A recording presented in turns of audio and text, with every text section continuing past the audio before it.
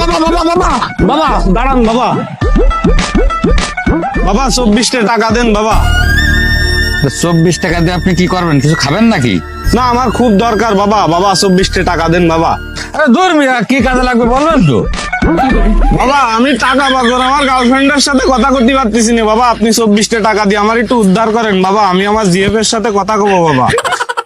বাবা, ফকিরেরও গার্লফ্রেন্ড আছে? না রে বাবা, ওই গার্লফ্রেন্ডই তো আমার ফকির বানাইছে। দূর মিয়া, দান তো আমার ভাড়া মাইর দাও।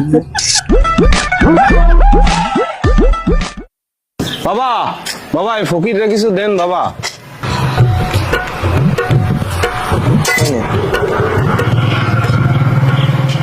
বাবা আপনি আগে দিতেন 10 টাকা, তারপরে দিতেন 5 টাকা, এখন 2 টাকা, তাও আবার কয়েল। শোন, আমি আগে যখন ব্যাচেলার ছিলাম তোরা কিন্তু আমি দিয়েছি 10 টাকা, তারপরে বিয়ে করলাম, একটা খরচ বেড়েছে, এই জন্য দিতাম 5 টাকা। আল্লাহর রহমতে ঘরে একটা বাচ্চা আছে, তারও তো একটা খরচ আছে, এই জন্যই বাবু তো 2 টাকার বেশি আমি দিতে পারবান না।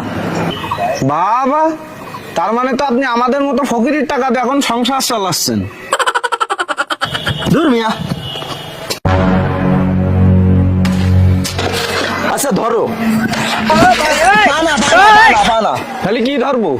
আরে মনে করো তুমি 100 কোটি টাকা ক্রয় পাইছাও, এই টাকাতে তুমি কি করবা? 100 কোটি টাকা যদি আমি কুড়োই পাই, তাহলে এই জায়গাটাই যশোর শহরে জাবিরির থেকে বড় হোটেল করে উঠবো।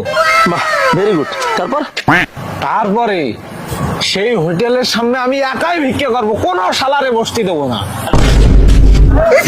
ধুর শালা। ভুলটা কি করলাম আমি?